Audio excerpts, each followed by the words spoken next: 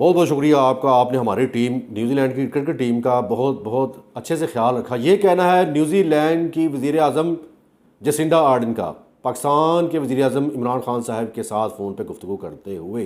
पाकिस्तान के वज़ीर आज़म इमरान खान साहब को बहुत ज़्यादा मान सम्मान था या फ़ख्र था इस बात पे कि शायद न्यूजीलैंड की वज़ीर आज़म जसिंडा आर्डन उनकी बात का भरम रख लेंगे और शायद कोई एग्जीक्यूटिव ऑर्डर वगैरह इशू कर दें और न्यूजीलैंड क्रिकेट बोर्ड को कह दें या हुक्म दे दें कि भी आप वहाँ पे रुकें और अपने मैचेस जो हैं स्केजूल के मुताबिक पूरे करके वापस आएँ। मगर नाज़रीन उन्होंने भी मदद कर ली।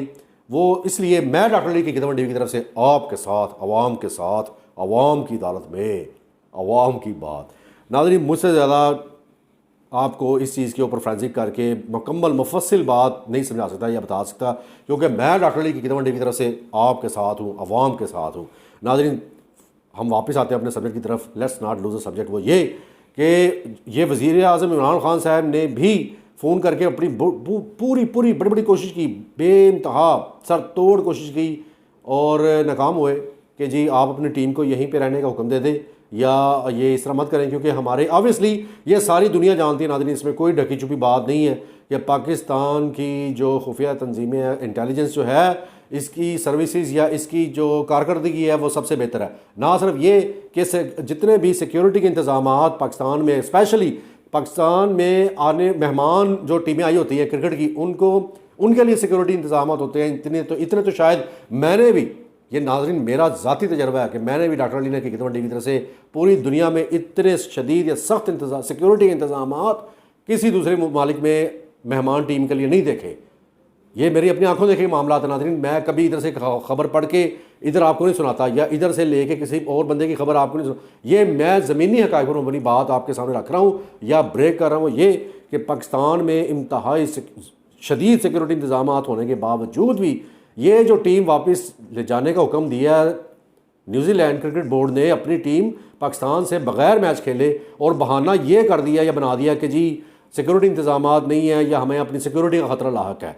हालांकि ऐसी कोई बात नहीं है नाज़रीन। फ़र्स्ट ऑफ ऑल देखें, हर चीज़ मुकम्मल तौर पे नज़रसानी होने के बाद रमीज़ राजा साहब जो नए पीसीबी चेयरमैन, नए चेयरमैन जो रमीज़ राजा, ऑब्वियसली सारे जानते हैं, अब इसमें कोई ढकी छुपी बात नहीं रही कि जी अब नए चेयरमैन कौन है। रमीज़ राजा साहब ने भी फौरी तौर पे टेलीविज़न पे आके एक छोटी सी प्रेस कॉन्फ्रेंस की, उसमें उन्होंने ये ओपनली ये बात वाज़िया की है कि हमने पूरा मेक श्योर किया है इनके जब न्यूजीलैंड उस वक्त से लेके अब तक के सिक्योरिटी इंतजामात मुकम्मल तौर पे बिल्कुल एयर टाइट हैं और उसके साथ साथ इतने महफूज उनको यानी कि मकामात पर पहुंचाया गया सख्त सिक्योरिटी में और उनके हर तरह से ख्याल भी रखा गया और उसके बावजूद ये टीमें वापस की। नाज़रीन इसके पीछे ये इंडिया का सारी कारस्तानी है। वो इसलिए इंडिया की सरकार, मोदी सरकार जो वहाँ की हुकूमत है, इन्होंने पिछले 20 सालों में अफगानिस्तान में अरबों खरबों डॉलर्स की इन्वेस्टमेंट कर रखी थी और वो सारी की सारी डूब गई। और इस चीज़ का इल्ज़ाम अगर आप लोग उनका मीडिया देखें, या अव्वल तो पाकिस्तान में बहुत कम लोग देखते हैं इंडिया का मीडिया, मगर नाज़रीन ये हकीकी है बात, ये ज़मीनी हक़ाइक़ पर मबनी बात है। पिछले तकरीबन 40-45 दिनों से जब से अफगानिस्तान की ये सिचुएशन हुई है, तालिबान ने पूरा टेक ओवर किया, पूरी हुकूमत वहाँ पे पूरा काबज़ हो गई और अपनी हुकूमत कायम की है और इनकी इन्वेस्टमेंट सारी जाती रही है, पानी होगी, मिट्टी होगी, ज़ाया होगी। इंडियन गवर्नमेंट की या इंडियन के वहाँ के बड़े बड़े प्राइवेट इन्वेस्टर्स थे, उनकी भी अरबों नहीं खरबों डॉलर्स।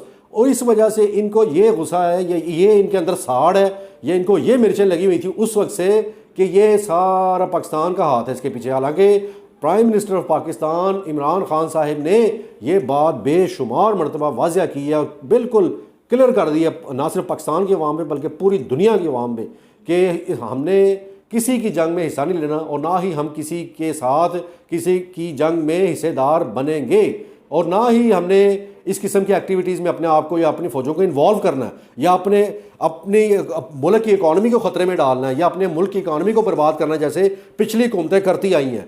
मुशर्रफ से लेके आसिफ अली जरदारी से लेके फिर नवाज शरीफ तक, फिर ये खान साहब भी तो थे या खान साहब ही तो हैं जिन्होंने इस चीज़ को काबू किया, ना सिर्फ काबू पाया बल्कि इस चीज़ के ऊपर मुकम्मल स्टॉप लगाया।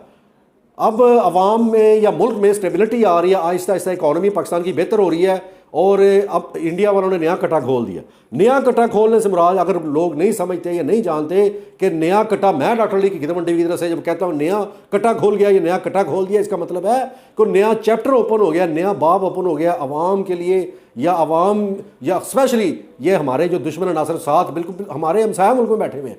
नाज़रीन, let's not lose the subject, वो ये कि इन लोगों को ये गम या रंज अंदर से खाए चले जा रहा था कि कौन सा वक्त हो कि हम पाकिस्तान की इकॉनमी को या पाकिस्तान को जलील कराएं बैनुल-अक़वामी लेवल पे।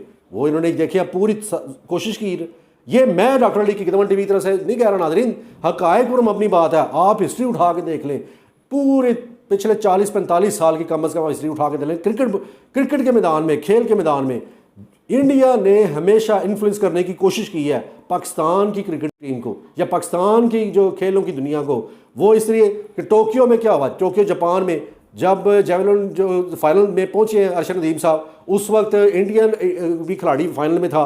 वो उसने बाद में जी इंडिया में जाके या वहीं पे प्रेस कॉन्फ्रेंस करके एक बयान दिया कि जी इसने मेरा जेवलिन यूज़ किया, या मेरे जेवलिन को, वो जो नेज़ा जो होता है उसका जेवलिन कहते हैं नाज़रीन, अगर बाज़ लोगों को नहीं समझ आ रही जेवलिन क्या है। टोक्यो ओलंपिक्स में अरशद नदीम साहब जो पाकिस्तान को रिप्रेजेंट कर रहे थे, फाइनल में पहुंचे थे, उधर से इंडिया खिलाड़ी भी फाइनल में पहुंचा था।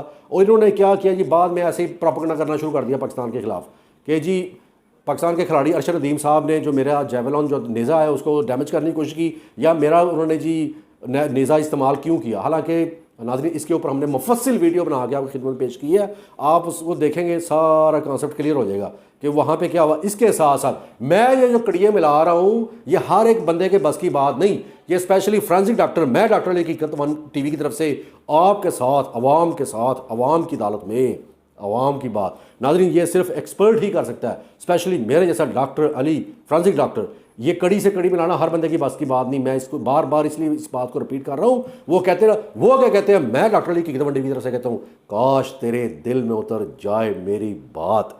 नाज़रीन ये लोग इंडियन और इनकी जो नुकसान हुआ अफगानिस्तान में, अब इन्होंने ये ओछे हथकंडों पे आ गए हैं।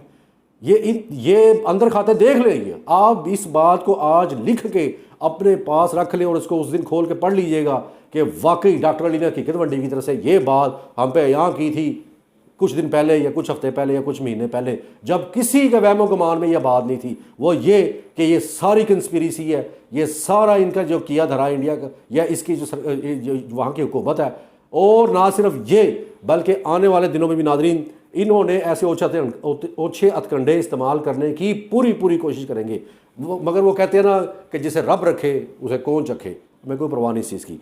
वो इसलिए, और दूसरी तरफ ये मैं डॉक्टर अली की हकीकत वन टीवी की तरफ से आपके साथ वो बात शेयर करने जा रहा हूँ, या वो खासुल ख़ास बात या खासुल ख़ास ख़बर कि जिसका कभी भी किसी ने आज तक 74 साल पाकिस्तान की तारीख में कभी किसी ने नहीं उस चीज़ का जिक्र किया।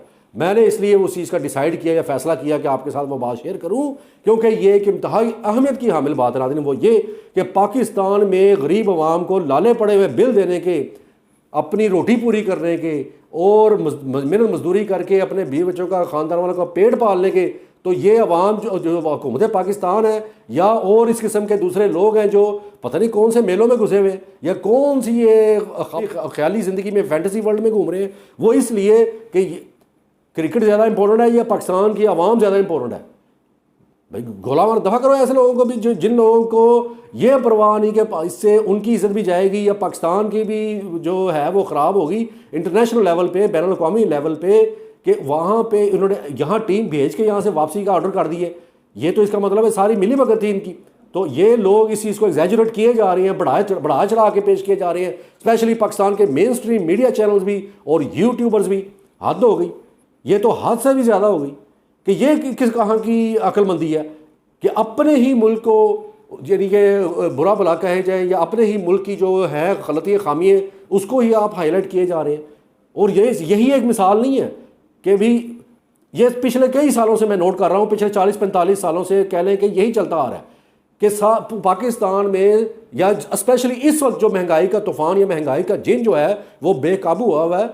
और इमरान खान साहब भी बेबसी का इजहार कर देते हैं टेलीविज़न पे आके या सोशल मीडिया पे और कहते हैं जी कि ये चीज़ अभी कंट्रोल कर रहे हैं, कंट्रोल करने की पूरी कोशिश कर रहे हैं। हालांकि ऐसा कुछ भी नहीं, उल्टा महंगाई का बम गिरा दिया इन्होंने पाकिस्तान की आवाम के ऊपर। 5 रुपये फी लीटर पेट्रोल महंगा कर दिया। नाज़रीन, कल के हमारे 2 वीडियो क्लिप हैं, वो भी बड़े मुफस्सिल बनाए, आपकी खिदमत में पेश किए हैं, ब्रेक किए हैं खबरें, और उनमें वो तमाम हक़ाइक़ वाज़ह किए हैं जिसकी वजह से ये चीज़ें रेट ऐसे ऊपर जाते हैं, फिर इधर को लेफ़्ट से फिर राइट को आती है, राइट से फिर लेफ़्ट को चले जाते हैं, बिल्कुल किसी काबू नहीं आ रहा है, ऐसे मछली की तरह हाथों से निकल जाते हैं, स्लिप आउट हो गए।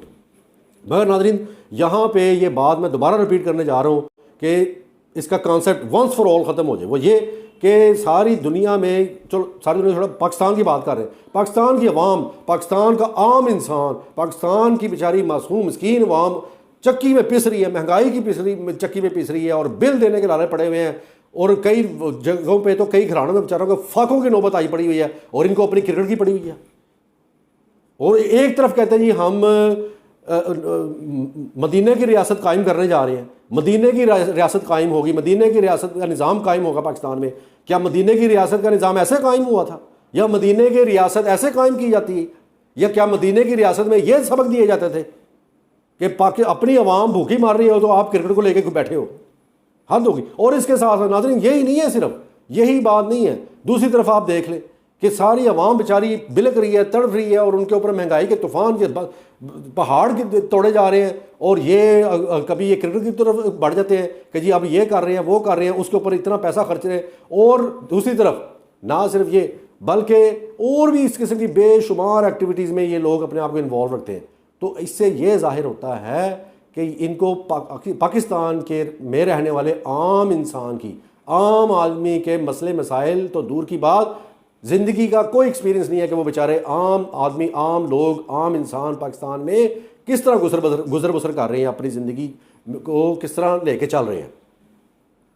नाज़रीन, अपने कमेंट्स का इजहार ज़रूर कीजिएगा कमेंट्स बॉक्स में। मुझे इजाज़त दें, मैं डॉक्टर अली हकीकत मंडी की तरफ से आपके साथ। अल्लाह निगहबान।